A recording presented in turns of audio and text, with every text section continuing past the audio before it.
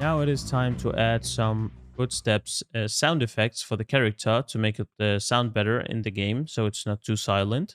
So let's go ahead and make a new folder. Let's go ahead here in the content folder. Let's right click, go to new folder, call it audio. And inside of this folder, I'm going to right click and make a new folder as well. I'm going to call it sound effects, so SFX. And inside of this folder, let's go ahead and import the sound effects. Now, again, in the course materials that I have uploaded for you on this website, now you will see a lot more items. For example, in the UI or in the audio, you will see a lot more items than what you see here because I keep adding stuff while I develop this course. So you might see even more stuff than what you're seeing here right now. So don't worry about it. Don't get too confused. I just keep adding stuff while I develop this course.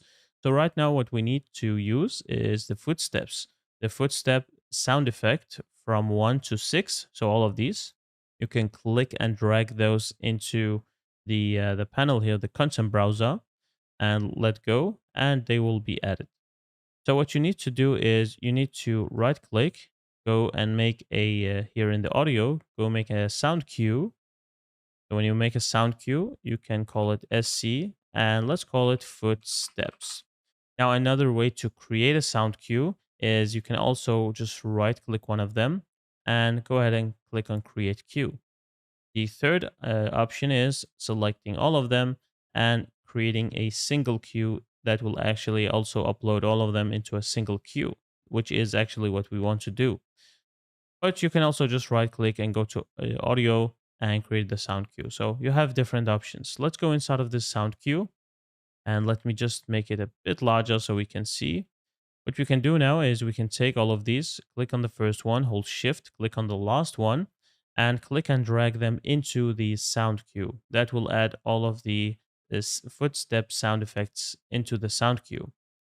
Now inside of here, what you can do is we want to play these footsteps randomly. So it should choose at random which one to play, just so we have some variety.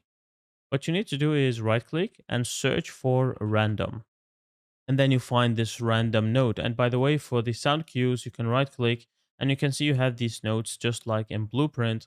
And however, not like in Blueprint, you can see you don't have many nodes, but you can do cool stuff with them as well, even though you don't have many nodes. Now for this one, we are going to use the random, and it's going to play one of these sound effects at random. So let's connect it. Let's drag and connect these into here, and let's click on this plus a couple of times so we have those inputs we can plug them into, just like that. Plug all of them in, and the output we plug into the output. And let's just organize it a little bit. And what you could do now is you can click on play cue to see what it does, and you can see it plays one sound at random, so it just chooses one of them. Now I think it is way too quiet, so we can go to the volume multiplier and increase the footstep sound effect. So if I put it to 1.2, for example, or you can put it to 3, so you can see that increases the sound. So maybe 1.2. I don't want it to make it too high for this course because I'm also talking to you and you can hear my voice. And if this is too loud, it will probably be too annoying. Maybe 1 for me. You can increase it a bit higher. 1 is still maybe too quiet, but for this course, I'm going to stay with 1, I think.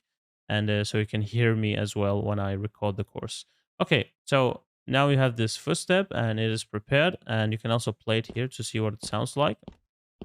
Now, if you want more variety as well, you can use something called a modulator. If you right click and search for modulator, here, I'm actually just going to use one sound to demonstrate it to you. So if I take this sound and connect it to the output, you can see if you play now, it sounds a bit different. So if you click on the modulator and maybe decrease the pitch to 0.9 and increase the maximum pitch to 1.1, so there is a bit difference, it's going to make a variety of the sound with different pitches. So if you click on play now, you can see it, you can hear that it sounds a bit different every time. So you can use a modulator to increase and decrease the pitch by random. And you can also connect it here. So if I just connect this back, And you can connect it here to make a bit of a variety. Now, instead of 0.9, I'm going to stay with 0.95. But for the pitch max, I can stay with 1. Something like that. So you get a different sound every time you play this. Okay, so let's save everything. Let's close it down and let's move on to the next lesson.